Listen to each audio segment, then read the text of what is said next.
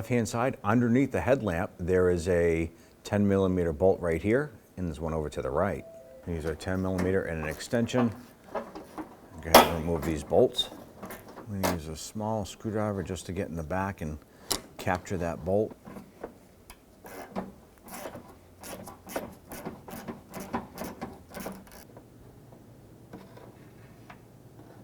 So up in the forward part of the wheel well, we want to go ahead and locate this panel. Now we actually raised our vehicle so we can actually have space between the tire and the body to do this. You want to grab this here and do just what it says here, move it up. The bottom here will pull out and then push it down.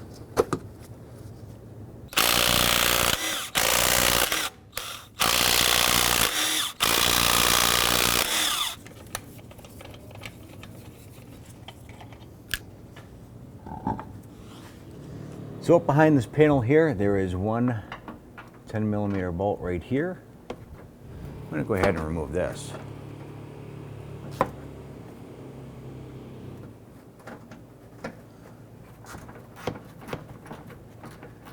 And once this nut is loose, you can normally reach right up inside and spin that off by hand.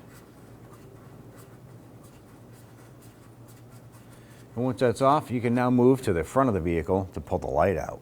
So now what you want to do is get a hold of the headlamp and pull it straight forward.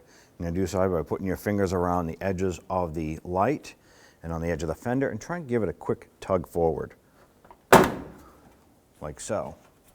You now go ahead and separate the lamp from the vehicle. On the backs here we have our red locks. I'm going to go ahead and just twist those up using a screwdriver or a pry tool. Once that's up, you want to go ahead and pinch the tab, wiggle it, and pull that off. You want to do the same for this connector as well.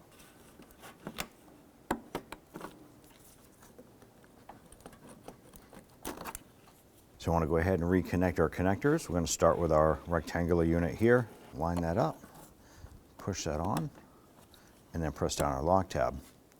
Let's go ahead and get this other light lined up, press that down. Once that's locked into place, I'm going to go ahead and line this up. I want to get this ball stud lined up into this plastic socket inside here.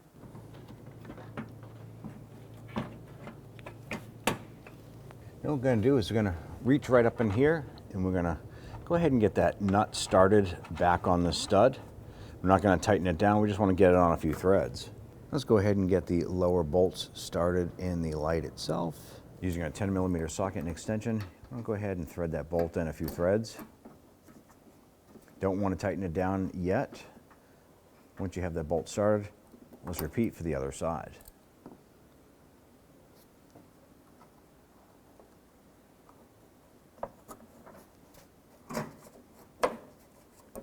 Now that we have both bolts started, we can now go ahead and snug the two lower bolts down.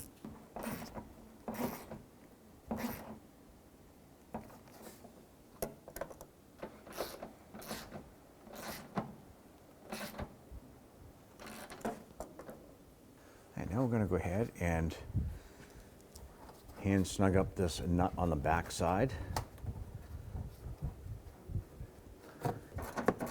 And then we'll go ahead and snug it up with our ratchet.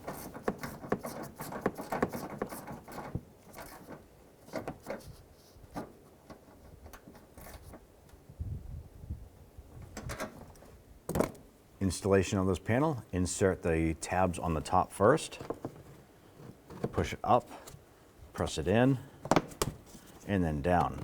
You'll see that lock into place. So once you have your light installed, you want to go ahead and turn them on and test them. Next, you want to go ahead and make sure that the level of them is proper.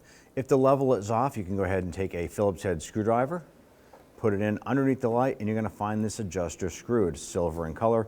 You can turn it left or right to adjust the light. You can adjust accordingly. If you're unable to do this, you can go ahead and take the vehicle to an automotive shop local to you, and they can go ahead and adjust those professionally for you. This is going to be a general tutorial on how to aim your brand new TRQ headlamp assemblies. Okay, so looking at your brand new TRQ headlamp assembly, you're going to see where your low beam is, and you'll see a little dot right in the center. And that is the access point, okay? So what we're going to do is we're going to mark that with an erasable marker, just so it's easier to see. Next, what we need to do is measure from the level ground up to this point and take note of that measurement. Now we're just going to pull the car up to our wall. On our vehicle, we remember that the measurement was 28 inches for our access point. Your vehicle may be different, but that's where I'm going to put this tape, just above that 28 inches. We'll do the same on the other side. Okay, so let's just back the vehicle up, straight back 25 feet from the wall. And now that we moved our vehicle 25 feet back from the wall, we're going to start with our measurement here. That's where the headlamp center is. We're going to go down 4 inches on the driver's side. On the passenger side, we have our line here. What we need to do is go down 2 inches. To adjust the driver's side, we're going to cover our passenger side headlamp. If you look at the back side of your headlamp assembly, you're going to see something that looks like this. This is the adjustment. Some of these headlight assemblies have 1, 2, or even more of them, but you should at least have one. This is how we're going to adjust the headlight beam. Now we're going to lower the top part of the beam down to just below this line. When you turn the adjustment to the right, it brings the beam up, and if you turn it to the left, it'll bring the headlight beam down. And this is this way on most vehicles. Let's continue on to doing the passenger side. All right, we properly aligned our TRQ headlamp assemblies. Okay, and on the quality TRQ headlamps for a pickup truck, the procedure is going to be the same. You're going to find your center dot, mark it, and then you'll measure from the level ground up to your dot. So once your headlamps are properly adjusted, it'll be time to adjust your fog lamps. You'll notice on the driver's side, the focal point is all the way at the bottom right now.